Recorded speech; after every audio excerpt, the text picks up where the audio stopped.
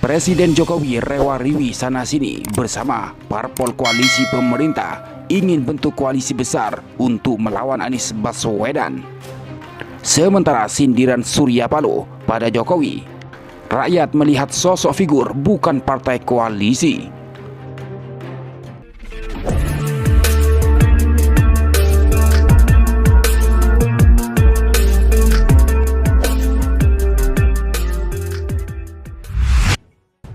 Viralnya Presiden Jokowi mengumpulkan para ketum dari 6 partai politik koalisi pemerintah untuk membahas koalisi besar melawan Anies Baswedan mendapat tanggapan dari Ketua Umum Partai Nasdem Surya Paloh. Menurutnya, jika terkait pemilihan presiden atau Pilpres 2024, rakyat tidaklah melihat portofolio partai politik. Patut kita renungkan dan kita fahami bersama, Pilpres itu pemilihan secara langsung. Rakyat dia akan menempatkan posisinya melihat sosok kandidat, bukan portofolio partai-partai, ujar Surya Paloh di Wisma Nusantara, Jakarta pada Jumat 5 Mei 2023, sebagaimana dikutip dari Republika. Kendati demikian, ia menilai bahwa koalisi banyak partai politik itu akan memiliki modal suara yang sangat besar. Jika sosok yang diusung menang, mereka akan mendominasi di DPR RI. Koalisi besarkan itu dalam arti kata, kalau dilihat dari portofolio daripada gabungan komposisi partai-partai yang ada, yang memiliki jumlah suara kursi yang relatif cukup mendominasi di dewan kita sekarang ini, ujar Surya Paloh. Koalisi besar sendiri diidentikan dengan 6 ketua umum partai politik yang diundang oleh Presiden Jokowi di Istana Merdeka. Ia sendiri menghargai tidak diundangnya Partai Nasdem. Saya bisa pahami itu. Pasti Pak Jokowi menempatkan positioning beliau barangkali sebagai pemimpin koalisi partai-partai pemerintahannya, dan beliau tidak menganggap lagi Nasdem ini di dalam koalisi pemerintahan untuk sementara, ujar Surya Paloh. Kendati demikian, ia menegaskan komitmen Partai Nasdem dalam mengawal pemerintahan Jokowi Ma'ruf Amin hingga 2024. Apalagi terdapat kadernya yang menjabat sebagai menteri di Kabinet Indonesia Maju. Tetap komitmen dalam pemerintahan Jokowi, tegas Surya Paloh.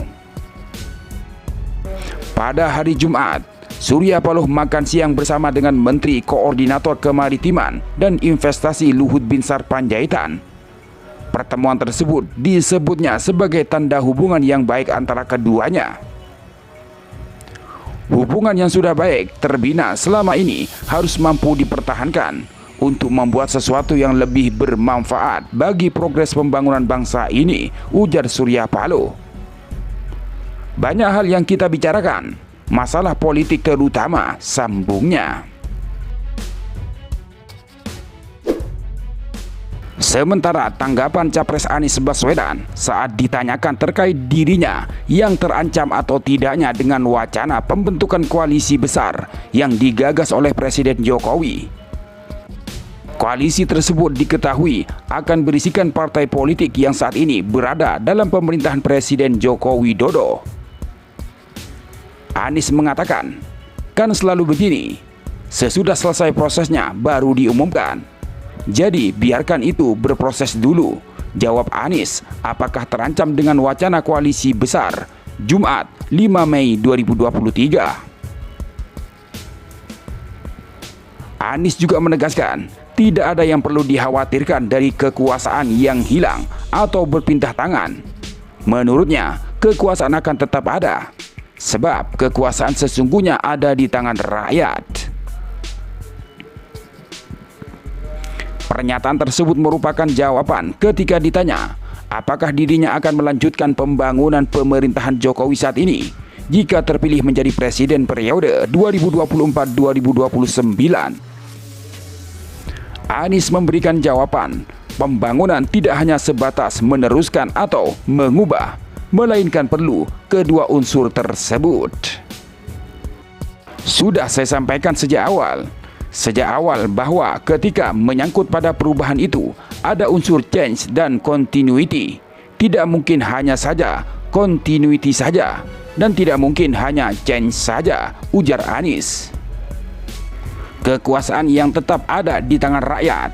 Sebab jika berbicara mengenai pilpres dan kontestasi pergantian kepemimpinan, tidak sedang berbicara tentang hilang atau berpindahnya kekuasaan.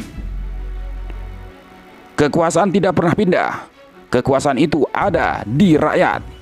Yang berpindah dan berganti itu kewenangan dalam menjalankan kekuasaan, ujar mantan Gubernur DKI Jakarta itu. Lantas, ia juga menghormati komunikasi politik yang dilakukan Partai Nasdem, Partai Demokrat, dan Partai Keadilan Sejahtera atau PKS.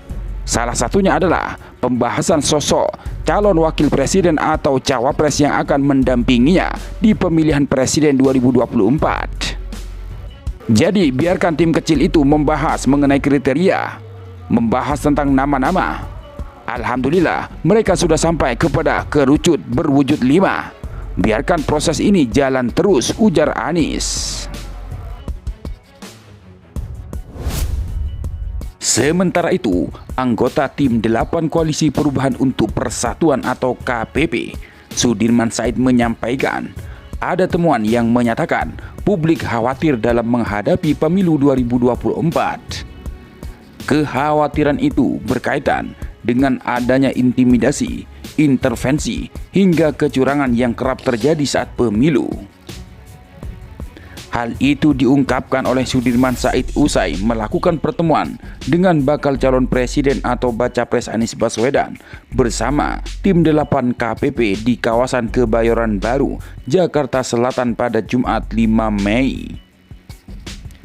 Kami menemukan adanya kekhawatiran publik dalam menghadapi pemilu ke depan.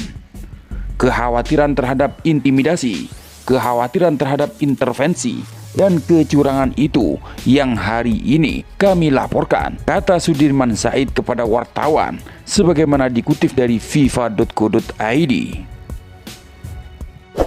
Selain persoalan pemilu, dia juga menyebut para anggota tim 8 melaporkan temuan lain terkait dengan aspirasi dan kondisi yang dialami masyarakat saat ini. Salah satunya berkaitan dengan sulitnya mendapatkan lapangan kerja hingga masalah ekonomi. Dia juga menambahkan banyak kemajuan yang terjadi di dalam KPP. Salah satunya kemajuan tersebut terlihat melalui pembahasan soal materi kampanye hingga isu strategis soal calon wakil presiden atau cawapres. Maka dari itu, pertemuan ini menurutnya bisa menjadi kemajuan lebih untuk Koalisi Perubahan untuk Persatuan. Ia yakin KPP akan bergerak lebih kencang jelang pemilu 2024.